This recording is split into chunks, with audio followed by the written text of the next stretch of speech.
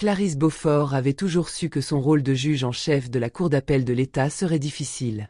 Ce poste, prestigieux et exigeant, nécessitait non seulement une rigueur intellectuelle inébranlable, mais aussi une force de caractère rare pour naviguer dans les méandres d'un système judiciaire où l'injustice persistait, souvent dissimulée sous le vernis d'une apparente impartialité. Mais ce matin-là, en franchissant les portes du palais de justice, elle ne s'attendait pas à ce que la plus grande épreuve de sa carrière vienne de l'intérieur même de cette institution. Elle ne s'attendait pas à être confrontée à un acte aussi flagrant d'humiliation et de discrimination de la part de l'un des siens. C'était une journée ordinaire, en apparence.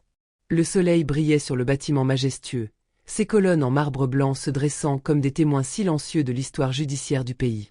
Clarisse se sentait, comme toujours, connectée à ce lieu qui symbolisait la justice, bien que souvent détournée de son véritable objectif. Son regard glissa sur l'édifice, ses pensées se perdant un instant dans la grandeur de la mission qu'elle portait. Une mission qu'elle savait trop bien marquée par les défis constants du racisme, de la misogynie et des préjugés. Clarisse, vêtue de sa robe noire élégante, marchait d'un pas décidé vers l'entrée. Son visage affichait une sérénité qui était le fruit de décennies de travail acharné et de sacrifice. Ce rôle, elle l'avait conquis. Chaque décision qu'elle prenait, chaque mot qu'elle prononçait en salle d'audience était le résultat d'années de persévérance face à un système qui n'était pas toujours favorable aux femmes noires, et encore moins aux femmes noires occupant des positions d'autorité. Mais elle avait appris à se forger une carapace impénétrable, à transformer la douleur et l'isolement en un moteur de détermination. Alors qu'elle s'approchait de l'entrée, un agent de sécurité, l'agent Dupont, se posta soudainement devant elle. L'agent Dupont était un homme d'une quarantaine d'années au regard sévère et à la mâchoire tendue, souvent vu dans les couloirs du palais de justice pour sa rigueur et sa discipline. Mais ce matin-là, il semblait différent. Il avait l'air nerveux, presque agité.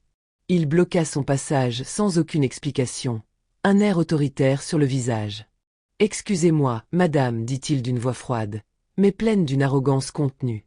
Je vais devoir vous demander de vous arrêter. Votre véhicule semble suspect, et vous n'êtes pas autorisé à entrer sans vérification. » Clarisse, bien qu'étonnée par cette démarche, garda son calme. Elle avait l'habitude de la vigilance excessive dans les milieux de pouvoir. « Monsieur, vous faites erreur, répondit-elle, sa voix calme mais ferme, une autorité tranquille qui ne laissait place à aucun doute. Je suis la juge en chef de la Cour d'appel de l'État. Il n'y a rien de suspect à mon véhicule, et je suis en droit d'entrer dans ce bâtiment. Vous me laissez passer. » Les murmures commencèrent à se faire entendre autour d'eux. Des avocats, des greffiers et des témoins, qui assistaient à l'absurdité de la situation, se rassemblèrent. Clarisse sentit les regards se poser sur elle, certains remplis de scepticisme, d'autres de curiosité. Ils savaient tous qu'elle occupait un poste de grande responsabilité, mais ce n'était pas ce qu'ils voyaient. Ce qu'ils voyaient était une femme noire, vêtue d'une robe de juge, qui était confrontée à une humiliation publique dans un endroit qu'elle était censée diriger. L'agent Dupont, cependant, ne se contenta pas de la laisser passer. Il secoua la tête d'un air méprisant. « Je vous demande de vous arrêter, madame. Vous ne pouvez pas entrer sans une vérification d'identité. Il y a des procédures. C'est la règle, dit-il d'une voix tranchante. » Clarisse observa son interlocuteur, son regard froid et impassible. Ce n'était pas la première fois qu'elle faisait face à des préjugés, mais c'était la première fois qu'ils étaient aussi ouverts et aussi violents dans un lieu censé être dédié à la justice. Son esprit semitn marqué. Elle savait que l'agent Dupont n'agissait pas seul, mais qu'il était en train de jouer un jeu qu'elle connaissait trop bien, celui de l'assignation à résidence sociale. L'idée que les personnes comme elle, malgré leur position et leur réussite, devaient toujours prouver leur légitimité à occuper des espaces réservés aux élites. « Je suis en train de vous dire que vous me laissez entrer, répéta Clarisse, sa voix désormais plus ferme, mais toujours sans s'élever. Vous allez contacter votre supérieur immédiatement, car je suis en mesure de vous faire suspendre pour cette négligence. » Les murmures s'intensifièrent autour d'eux. Clarisse savait que cette situation devenait un spectacle, un moment où l'injustice se matérialisait sous les yeux de tous. L'agent Dupont, cependant, semblait de plus en plus agité, son visage devenant rouge de colère refoulée. Il pointa alors son doigt accusateur vers elle, un geste empli de mépris. « Vous, les juges noirs, vous vous croyez tout permis, lança-t-il, ces mots lourds de haine. Vous n'êtes qu'une petite femme prétendant être une autorité. Je vous dis que vous ne passerez pas. » La foule autour de lui sembla se figer un instant, choqués par la violence verbale du policier. Certains murmuraient entre eux, tandis que d'autres, plus audacieux, prenaient leur téléphone pour filmer l'incident. Clarisse, quant à elle, ne se laissa pas déstabiliser.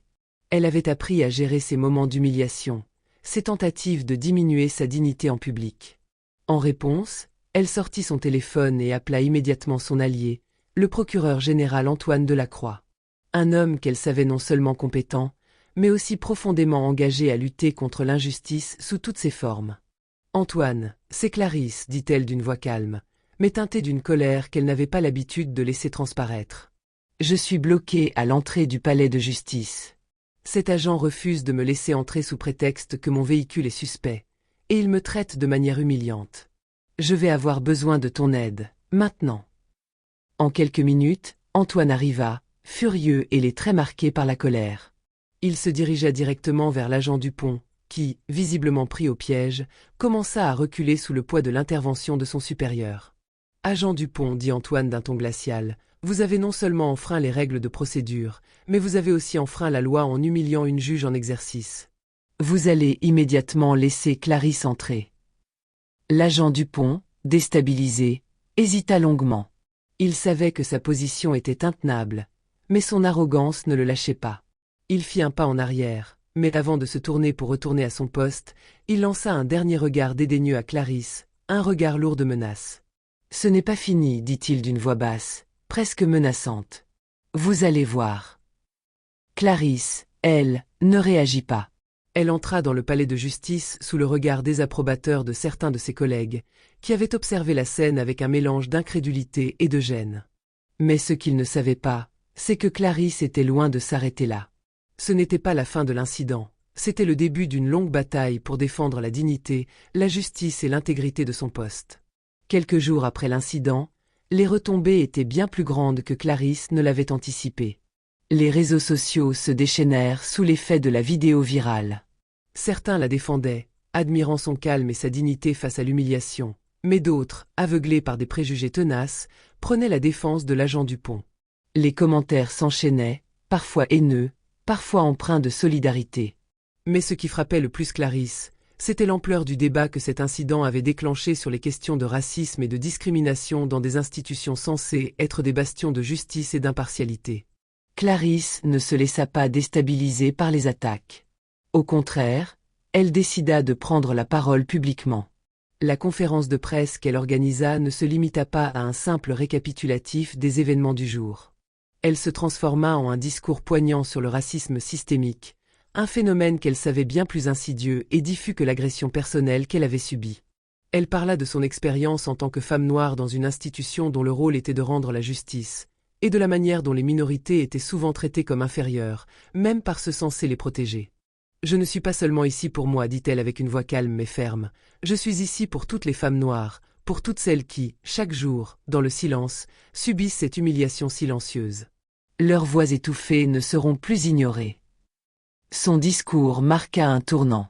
Un large mouvement de solidarité se forma immédiatement. Des avocats, des défenseurs des droits civiques, des citoyens ordinaires, mais aussi des personnalités publiques, se rassemblèrent pour soutenir Clarisse et dénoncer la discrimination institutionnelle.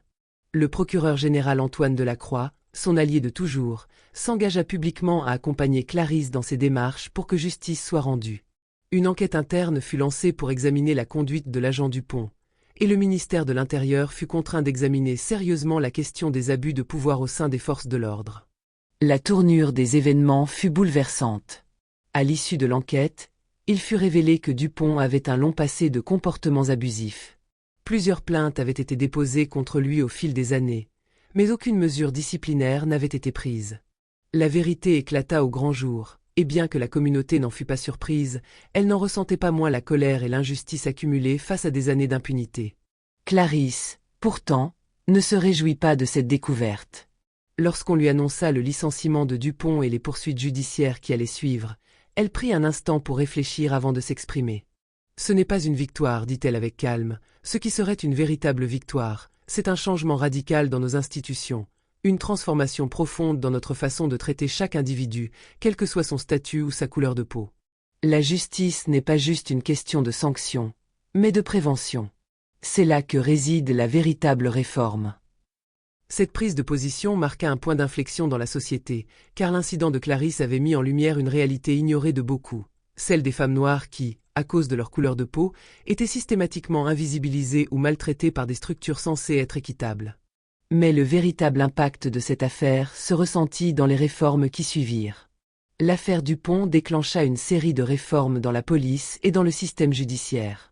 Les autorités mirent en place des formations obligatoires sur le biais racial pour les agents de sécurité et les policiers. Un changement de mentalité semblait nécessaire, mais au-delà de la formation, il fallait également revoir les pratiques structurelles et les comportements institutionnels. Le système judiciaire commença à prendre des mesures concrètes pour diversifier ses équipes, notamment dans les postes clés qui, jusque-là, étaient largement dominés par des profils uniformes, souvent blancs et issus des mêmes milieux. Clarisse, quant à elle, continua à exercer ses fonctions avec le même professionnalisme. L'incident, bien qu'il ait changé sa vie à jamais, ne l'avait pas détournée de son devoir. Elle savait que ce qu'elle venait de faire ne changerait pas instantanément le monde, mais elle avait planté une graine. Une graine qui, espérait-elle, un jour germerait dans les mentalités, dans les pratiques, et dans le cœur de chaque institution publique. Elle n'avait pas seulement défendu sa propre dignité, mais celle de toutes les personnes discriminées, invisibilisées et marginalisées. À travers son courage, elle avait ouvert la voie à un changement qu'elle espérait voir se concrétiser par des actions réelles et durables, pas seulement par de belles paroles.